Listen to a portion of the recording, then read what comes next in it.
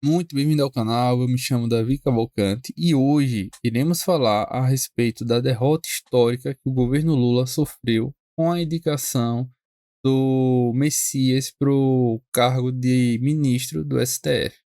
Derrota esta que não acontecia em mais de 100 anos de história de República do Brasil, um presidente da República fazer uma indicação ao STF e ter essa negativa pelo Senado.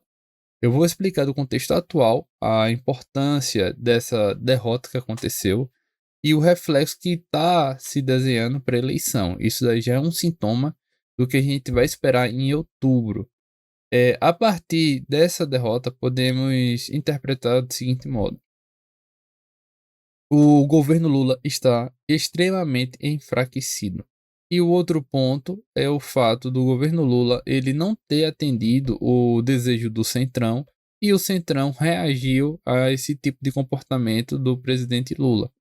O Lula, em diversas vezes ao longo do mandato dele, prejudicou o Congresso Nacional, Senado e tanto Câmara de Deputados, e também utilizou o STF para bater de frente em parlamentares. Isso daí também pesou bastante na votação de hoje. E o Congresso, logicamente, não vai querer colocar ninguém alinhado com o PT para prejudicar mais ainda o Congresso.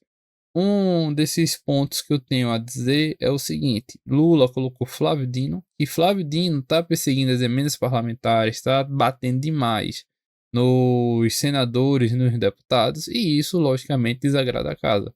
E não poderia ser diferente a resposta do Senado Federal a respeito do presidente Lula.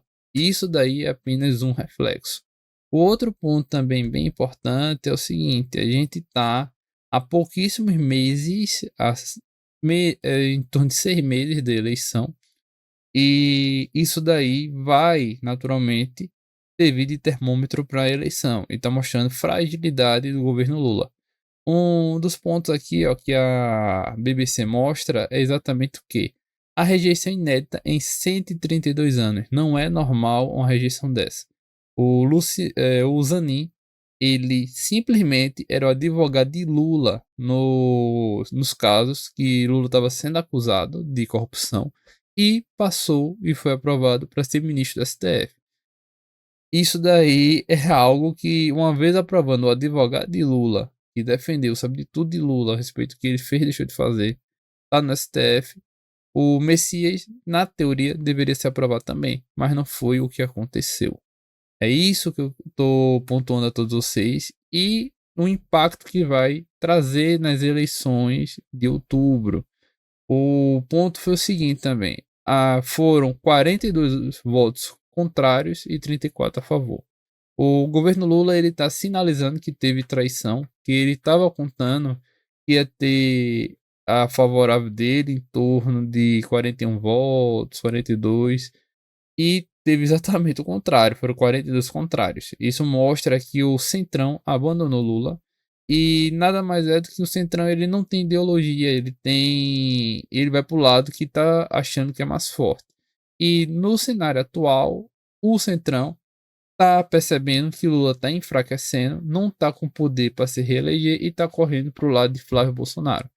Isso daí é um sintoma claríssimo do que está acontecendo e o posicionamento dos senadores, e também vai acontecer isso na Câmara de Deputados. Isso daí vai ter esse esvaziamento de poder. Inclusive, até Lula, ele prometer algo aos deputados, senadores ou qualquer outra pessoa, sem a perspectiva de ganhar uma eleição, é muito complicado a pessoa querer participar de um governo desse.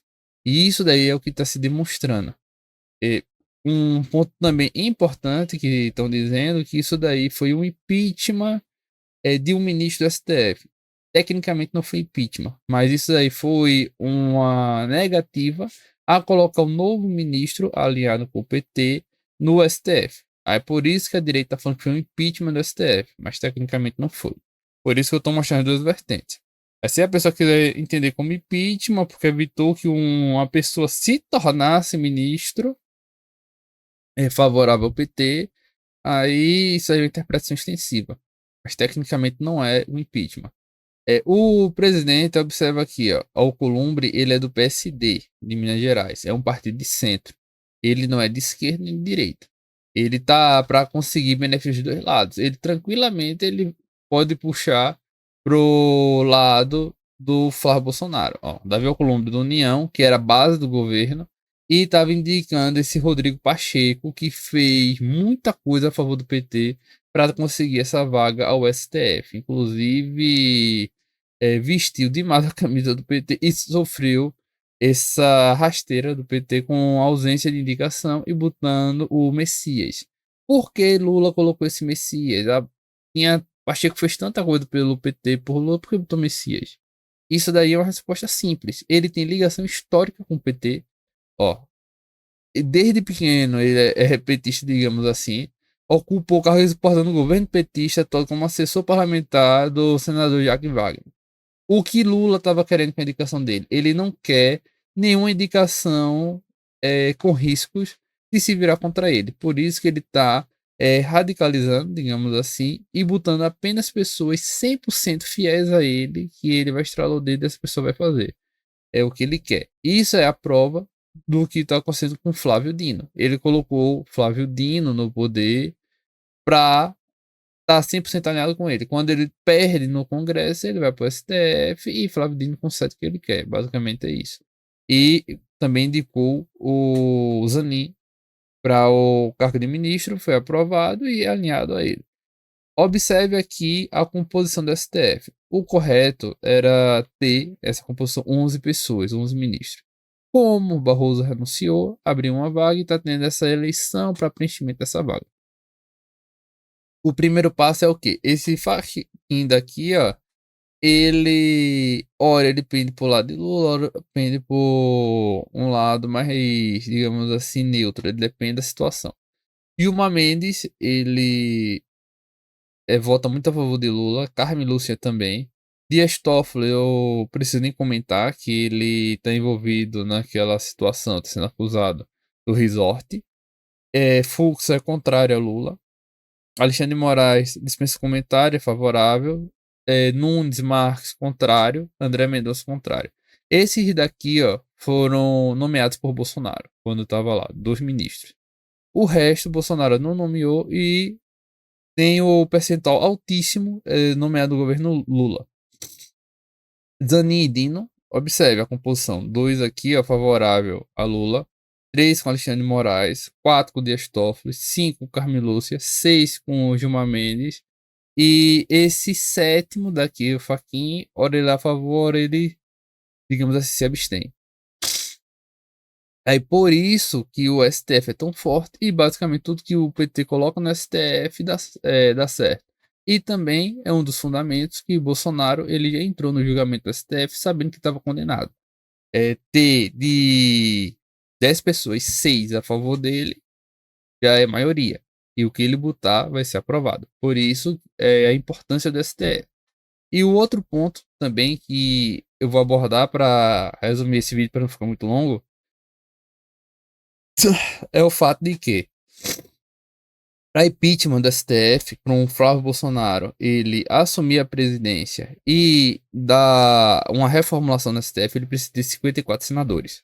E para ter 54 senadores, faltam 12 votos, considerando que tem uma votação atual. Sendo assim, para ter essa diferença, vai ter que ter uma renovação grande que vai acontecer em 2027. A eleição de 2026 vai eleger muito senador. Pode ver aqui, ó, São Paulo, 2. Vou ter mudança, ó, Tocantins também, tudo 2027 aqui, ó, 2. Basicamente, vai ter a mudança de 2 senadores por estados, podendo ir para o lado do PL e mudar essa configuração e atingir 54 votos. O quórum mínimo para impeachment do STF. Aí por isso que a eleição de Senado este ano é importantíssima. E o PT perdeu o Senado, não importa essa composição, ele tem que botar 6 pessoas. É só o Flávio Bolsonaro empurrar o impeachment por qualquer motivo desses ministros daí de Carmen Lúcia, de Gilmar Mendes, de Astófeles, e vai para o Senado e é aprovado e tem a reformulação. Por isso que o PT também está muito temeroso a respeito dessa movimentação que teve e que pode tranquilamente prejudicar a esquerda como um todo. Lula perdendo, Flávio Bolsonaro ganhando e elegendo a quantidade de senadores, 51 senadores, por exemplo, 51, 54, ele consegue dar impeachment de ministro do STF. Aí essa composição toda vai mudar. Ele vai tirar Fachin, vai tirar Gilmar Mendes, vai tirar Carmen Lúcia, Dias Toffoli, Alexandre de Moraes, vai tirar Zanin, vai tirar Flávio Dino. Vai fazer essa reformulação e vai botar o dele. Uma vez ele botando o dele, para tirar novamente vai ser muito difícil. Ele vai ter, digamos assim, imagine 8, 9 alinhado com ele e o que botar lá vai ter aprovação desses ministros. Por isso também que uma crítica que eu informo é que deveria ser juiz de carreira, não deveria ser indicação, para não virar muito político. O STF tá político, não tá um poder técnico. Por isso que tá tendo esse debate todo em cima da situação. E é um alerta. Por isso que eu tô levantando o cenário total, ou a realidade, que foi uma derrota histórica. Em 132 anos não acontecia uma derrota dessa, uma nomeação e uma rejeição do Senado.